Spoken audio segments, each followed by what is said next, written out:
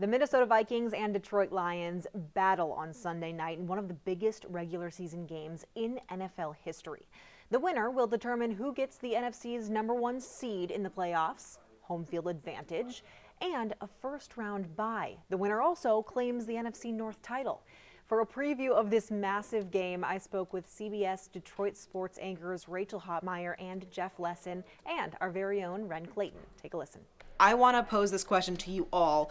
Where does this game rank in terms of importance to each team's regular season history? So, Rachel, I want you to answer that first. Ultimately, I think this game is important for sure, but the Lions have clinched the playoffs. The 1 seed is absolutely on their list of things to accomplish, but it's not going to deter them anymore from their pursuit of a Super Bowl. So important, yes. Life altering, the most dramatic game in the world? I really don't think so. Jeff, how about you? The Lions are the only unbeaten road team in the league. So, if they lose this game, yeah, they'd have to go on the road for the playoffs, but it doesn't mean I'd rule them out. It means they have to play an extra game, and they lose that extra week of the bye, which is important to them with all their injuries on defense. So there's both sides of it, but I don't think it's the end of the world if the Lions lose this game. Okay, Ren, what are you thinking? Yeah, I agree with what you guys said. The Lions are so good on the road; it's hard to take one over the other. The Vikings, I think they really want that home seed, that home field advantage. They so enjoy playing at US Bank Stadium. They have that home field advantage that they like to rely on. The crowd noise, opposing teams always have to plan for it, practice. They play the sound. Just historically, like the Vikings are, haven't been the 1 seed in since 1998 when they went to that NFC Championship game. We all know they lost that Gary Anderson kick to the Falcons. So, Rachel, I want to first talk injuries with you. So, how has Lions running back Jahmyr Gibbs really handled a bigger workload the past couple of weeks with David Montgomery out on an MCL injury?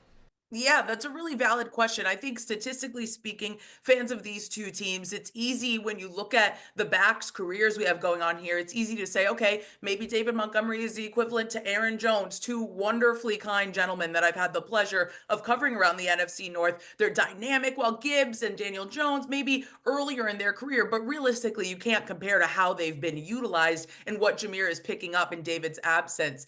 And for the Vikings, Ren, hey, so linebacker Blake Cashman missed the first matchup, right, between the two teams back in October due to injury. So how much of a difference do you think it'll make knowing he'll be back on the field this Sunday? Yeah, I'm glad you had Blake Cashman on the list because he's really an X factor for the team in general. You mentioned he was out for that Lions game. He was also out for the LA Rams game. Those are the two losses the Vikings have had all season. They've won every other game. He's so key to the Vikings as far as the pass defense over the middle, and we know the Lions love to throw to Amon-Ra St. Brown those deep routes over the middle. He's been such a big addition, along with a couple other linebackers, two outside linebackers that just made the Pro Bowl for the first time, Jonathan Grenard and Andrew Van Ginkel. But Blake Cashman, Minnesota guy, Eden Prairie and University of Minnesota, has been so key for this team. I think he could be one of the big differences defensively, maybe improvements from the first Lions game to this one. Jeff, what do you expect the atmosphere to be like this Sunday night at Ford Field? Well, it'll be crazy, Maria. Detroit fans are really not used to this until last year. Everyone knows about the legendary historical ineptness of the Lions until last year. And so fans are kind of enjoying this. And, they talk about the legendary so-called 12th man in Seattle, the fans there. I think the Ford Field fans are going to put that to a test this week. And it's going to be loud. It's going to be packed. It's going to be crazy. Talk radio has been a buzz about it, like I've never seen before. And I've worked in sports radio for many years here. And it's going to be fun. And, it's going to be, the atmosphere is going to be something like has never been seen before at Ford Field. And we know how close the last one was. 2 points. Ren, why do you think so many Vikings games have been close this season in general? Yeah, it's interesting because a couple years ago, Kevin O'Connell's first year, there was a whole bunch of one-score games that they were winning as well. I will say this season it doesn't necessarily feel as fluky as it did last year. We can point out the Buffalo Bills game from 2 years ago that ended. I mean, it was a lot of luck. We saw the amazing Justin Jefferson catch, but this year, for a couple of reasons, it's a little more probably inspiring, I guess, if you want to call it that. Sam Darnold has got to be a reason why a lot of these games, these close games, have gone the Vikings' way. He's been really clutch. Can't really put it any other way. He's been so poised and at delivering game-winning drives when they needed to, or go-ahead drives. I have a final question for each of you as well. I'd like you to come up with 2 keys to victory for Sunday night's game. Ren, you go first. We talked about the tight ends. Why not talk about TJ Hawkinson, the former Detroit Lion? We haven't seen him get a touchdown yet this year. Obviously, he missed a good portion of the beginning of the year with an injury. He's looked good since coming back. There's been some games where he hasn't gotten a whole bunch of targets, but we know there's a lot of mouths to feed in the Vikings offense. How about he gets a touchdown against his former team in a huge game? That could be a key to victory when everybody's going to be focusing on Jordan Addison and Justin Jefferson. And then the other key I kind of alluded to earlier is we saw last game, what was it, 22 for 25 that Jared Goff went passing. He's so good when he can sit back and have time to pass. They have to get to the quarterback, the Vikings do. If they don't, they could be in trouble. Hawkinson is a beast, but for the Lions to win, they're going to need turnovers.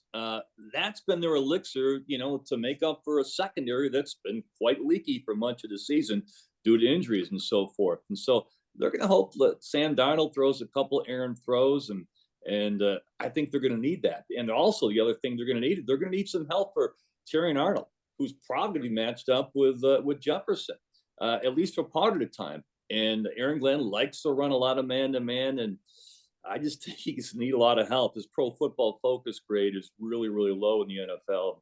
Going up against one of the top, maybe the top receiver in all of football, might not hurt them to run a little bit more zone.